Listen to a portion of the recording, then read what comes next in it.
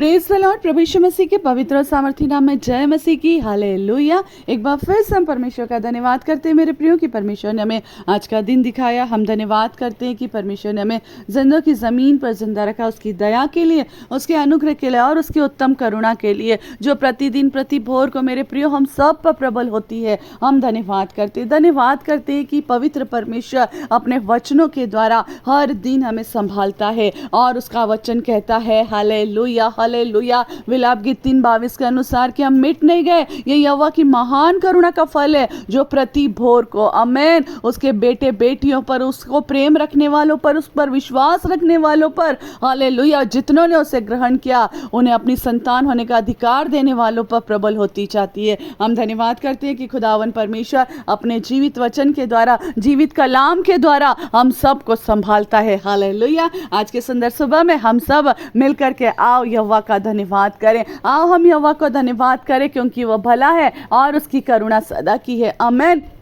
हम धन्यवाद करते हैं। आइए हम परमेश्वर के वचन की ओर जाएंगे। जिस तरह अभी हम व्यवस्था विवरण 30 अध्याय उसके 11वें पद से देख रहे हैं और हम बार बार इस बात को बार बार कहती हूँ मैं आपको, देखो ये आज्ञा जो मैं आज तुझे सुनाता हूँ वह न तो तेरे लिए अनोखी और न दूर है और न तो ये आकाश में कि तू कहे कि कौन हमारे लिए आकाश में चढ़कर उसे हमारे पास ले आए और हमको सुनाए कि हम उसकी माने, है ना। इतनी दूर नहीं, ना कोई वो कहाँ कोई बहुत ऊंचाई पर है, ना तो आकाश में, ना समुद्र के पार है, परंतु वचन क्या कहता है 14 पद में, परंतु यह वचन तेरे बहुत निकट वरन तेरे मुंह और मन ही में है ताकि तू इस पर चले। Praise God. Hallelujah hallelujah hallelujah. प्रभु का वचन कह रहा मेरे प्रियो बिल्कुल भी दूर नहीं है, ये तेरे मुंह में, तेरे निकट वरन तेरे मन में है। हालेलुया, ताकि तू इस पर चले। आमीन। प्रभु का धन्यवाद हो। और हम जब इस पर चलेंगे तो उत्तम आशीषों के भागीदार बने हैं। खुदा ने हमें बनाया है मेरे प्रियो। धन्यवाद करते हैं। आइए हम परमेश्वर के वचन की ओर आगे बढ़ेंगे। हम 18 पद तक देख चुके थे कि जो मैं आज तुझे ये चेतावनी दे देता हूँ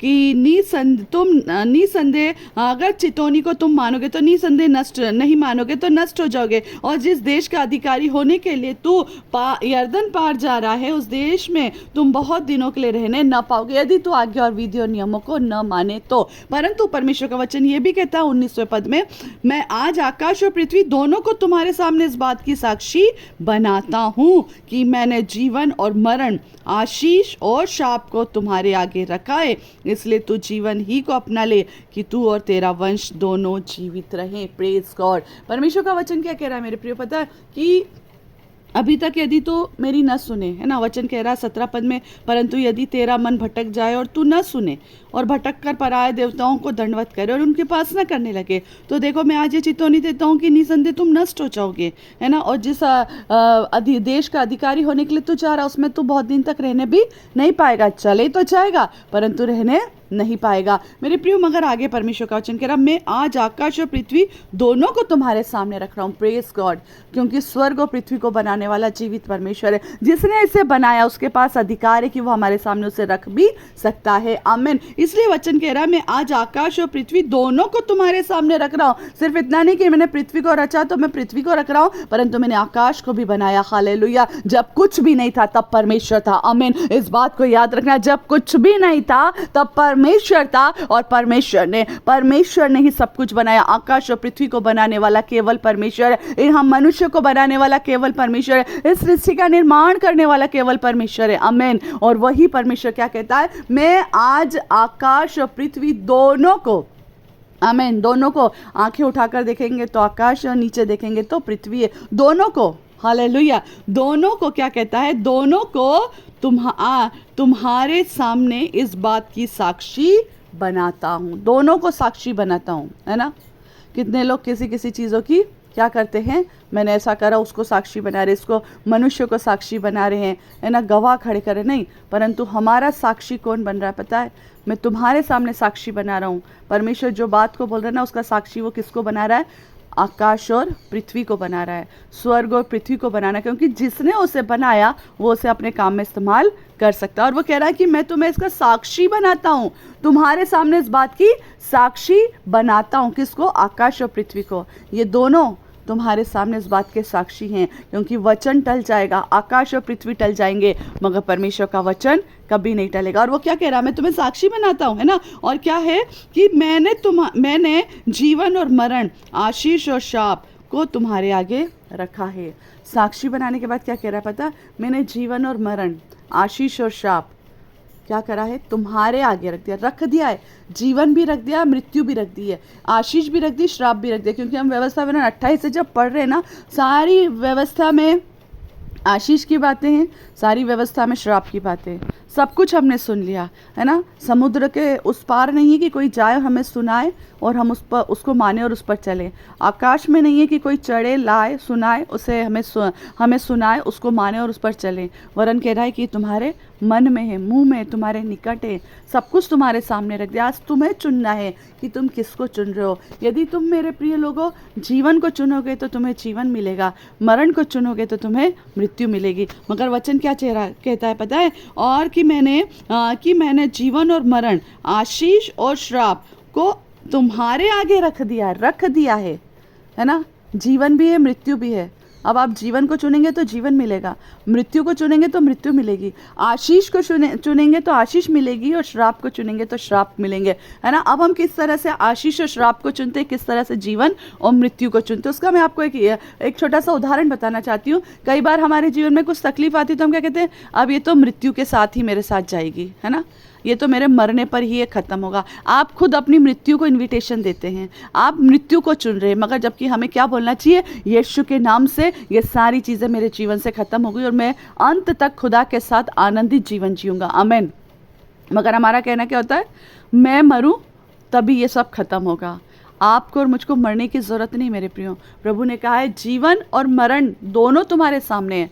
आप मरण को चुनते हैं, आप मृत्यु को क्यों चुन रहे हैं, आप जीवन को चुनिए कि मैं जीवित रहते यहोवा का धन्यवाद करूंगा। आओ हम मिलकर यहोवा की आराधना करें, आओ हम जीवित परमेश्वर की आराधना करें, क्योंकि जो जीवित है वही जीवित की आराधना कर सकता है, और जो मृत्यु को प्राप्त हो चुका है वो कभी जीवित की आराधना नहीं कर सकता। और हमारा परमेश्वर कौन है, जीवित है। Hallelujah, hallelujah. हम क्या करते हैं, आशीष और श्राप को चुनने की बारी आती है, तब हम आशीष को पसंद तो करते मगर चुनते क्या है पता, श्राप को। ये कर्जा कब खत्म होगा, ये श्राप है हमारे जीवन में, ये बीमारी कब खत्म होगी। आप अपने शब्दों को बदलिए। क्यों बोल रहे हैं कब खत्म होगी, कहिए यीशु मसीह के नाम से। परमेश्वर का वचन कहता है कि मैं परमेश्वर की संतान हूँ और मुझ पर किसी तरह की कोई बीमारी का अधिकार नहीं है। यह आशीष है। परमेश्वर का वचन कहता है तू धन्य हो घर से बाहर जाते समय, धन्य हो तेरा खेत, धन्य हो तेरे पशु, धन्य हो तेरी हर एक चीज, धन्य हो तेरी संतान। आप अपने घराने को धन्य वचन के साथ आशीषित करें। परंतु हम क्या करते हैं पता, श्रापित वचनों के साथ अपने घराने को हम श्राप देते हैं। ये तो सुधरेगा ही नहीं, इसके जीवन में कभी कुछ अच्छा होगा ही नहीं। ऐसा क्यों बोलते हैं आप कहिए कि प्रभु ने मेरे लिए सब कुछ अच्छा किया है, परमेश्वर ने मेरे जीवन की हर परिस्थितियों को बदल दिया। क्या वो बदलने वाला परमेश्वर नहीं है, वो यहोवा यीरे उपाय करने वाला परमेश्वर है मेरे प्रियो। जब अब्राहम इसहाक को लेकर के मोरिया पर्वत पर चढ़ा, उसको पता था कि आज मेरा परमेश्वर मेरे लिए कुछ तो करेगा, आमेन, कुछ ऐसा करेगा जिससे आज मेरा जीवन, मेरी आशीषें बदल जाएगी। उस एक संतान को जो उसने बुढ़ापे में दी, मगर उसी संतान का जब बलिदान करने के लिए वो मोरिया पर्वत पर जाता है, परमेश्वर ने जैसे उसके पिता ने उसके गले पर छुरा रखा, परमेश्वर ने कहा अपना हाथ रोक ले। क्यों? क्योंकि परमेश्वर हमें आशीष देना चाहता है, आशीषों का मूल पिता कहलाने के लिए हमें इस्तेमाल करना चाहता है मेरे प्रियो। अब्राहम से कहा तेरा विश्वास, आमेन, तेरा विश्वास। और आज हम उसी के विश्वास को देखते हैं, हालेलुया, कि उसने विश्वास रखा मेरा परमेश्वर मेरे लिए कुछ करेगा। और उसने क्या कहा था, हम जाकर बलिदान करके आते हैं। उसने ये नहीं कहा था कि मैं अकेला आऊँगा, हम आते हैं। उसको पता था मेरा बेटा मेरे साथ वापस आएगा, आमेन। परमेश्वर ने अपने वाचा को कभी हमसे अलग नहीं होने दिया। हम उसकी वाचा को, उसके वायदों को, उसकी आज्ञाओं को और उसकी आशीषों को क्या करते हैं, अपने से अलग होने देते हैं। मगर वो आपको और मुझको आशीषों से अलग नहीं होने देता। इसलिए वो कहता है जीवन भी है और मरण भी है, आशीष भी है और श्राप भी है तेरे आगे। हमारी थाली में सब कुछ परोसा हुआ है, पर आपके और मेरे हाथों में आप किसे खाना पसंद करेंगे। आप स्वादिष्ट भोजन खाएंगे या कड़वा पसंद करेंगे? आप अच्छी चीज़ को लेंगे या आप ऐसी चीज़ को लेंगे जिससे आपका पेट खराब हो या जिससे आपकी ज़ुबान खराब हो? मगर आज परमेश्वर चाहता है कि हम आशीष को चुनें, हम जीवन को चुनें। और वो कब होगा? जब हम उसकी उपस्थिति में चलेंगे मेरे प्रियो। हालेलुया। सो परमेश्वर आपको इन वचनों के द्वारा बहुत ऐसे आशीष दे। आप अभी तक इन वचनों में जुड़े हुए हैं, आगे भी जुड़े रहिए ताकि हम और इन वचनों के द्वारा आगे हम देख सकें और परमेश्वर की महिमा में आगे बढ़ सकें। हालेलुया। Praise the Lord. जय मसीह की। आपने सुना है, औरों तक शेयर करें ताकि हर एक के जीवन में, हर व्यक्ति अपने जीवन में आशीष और जीवन को चुने। आमीन। रखा सब कुछ है आपके और मेरे सामने, चुनना आपका और मेरा, हमारी समझ है कि हम क्या चुन रहे हैं। Praise the Lord. जय मसीह की। शालोम।